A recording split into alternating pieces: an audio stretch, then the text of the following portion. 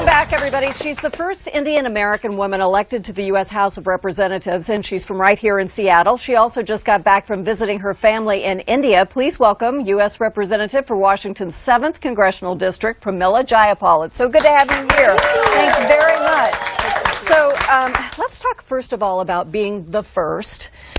Sometimes people say, well, what does it matter these days? But breaking these barriers does make a difference, doesn't it?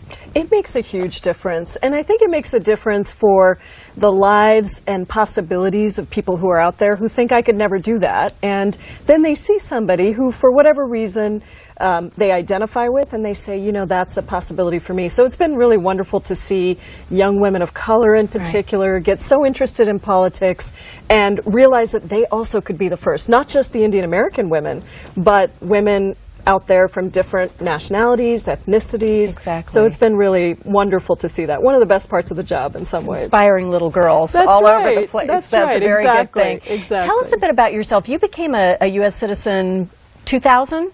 I became a U.S. citizen in 2000. So what was your journey like? It took me 18 years to become a U.S. citizen. I came to the United States when I was 16 years old by myself. My parents had about $5,000 in their bank account, and they used the whole thing to send me here because this was the place I could get the best education. And it's been difficult to grow up on a different continent than my parents. We're still very close, but it was a huge sacrifice for them. And I think I only realized the extent of it when my son turned 16, and I thought about, you know, what does that mean to send your kid across the ocean? But it really is the reason that I'm so incredibly grateful for what they've done and so committed to making sure that I really make the best of the opportunities I've been given. What do you remember about that time? 16 is a pretty delicate age to take on that much of a transition. I remember getting to JFK Airport in New York, and I remember just being overwhelmed by how big it was. And I remember, you know, I grew up in India and Indonesia, and there wasn't a lot of public displays of affection between couples in some of those countries. And I remember getting to New York, and this memory is still so strong for me. I saw this couple, you know, just sort of really displaying a lot of affection for each other. And I remember thinking how different it was. And then, of course, I'd never seen snow before. So the first time I saw snow, I went to Georgetown University undergraduate.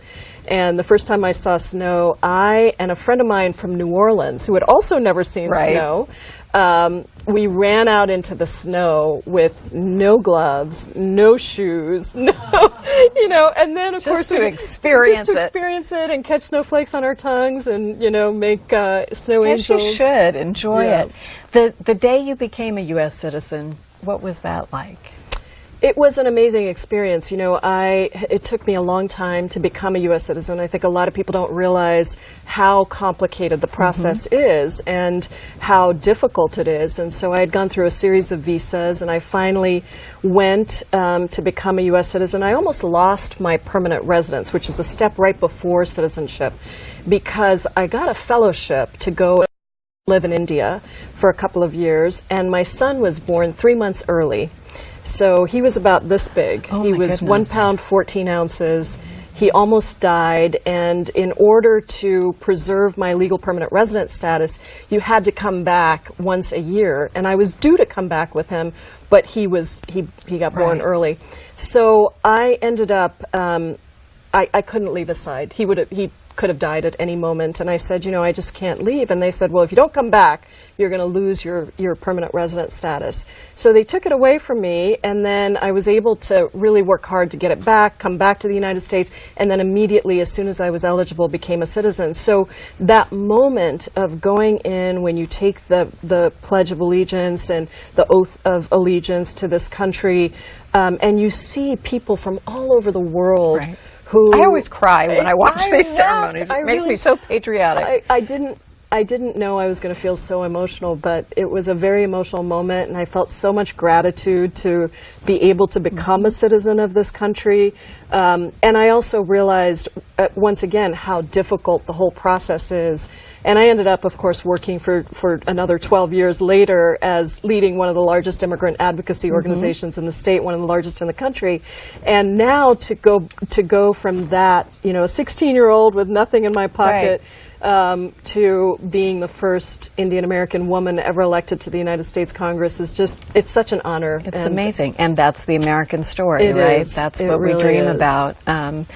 Tell me a little bit about visiting your family. Now that all of this has happened and you Yeah. just went to India, what is the response, the thought about the way your life arc has happened? Well, the Indians are so proud of me. I'm sure. As are my parents. You Yes. know, everybody that comes into the house. My father Some has photos. got. Yeah. Yes, this was the recent visit. That's actually one of the ministers in the state of Karnataka where my parents live. He's the youngest minister ever elected. That's sort of like the equivalent of our state legislature.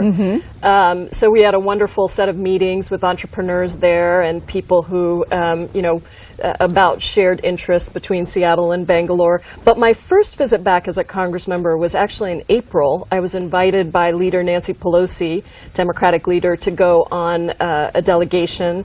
And it was a wonderful trip. We went to Nepal and we went to India. We got to meet with His Holiness the Dalai Lama, which was just phenomenal. And I actually got to speak. I was invited to speak at the public ceremony with about 10,000 people in front of His Holiness.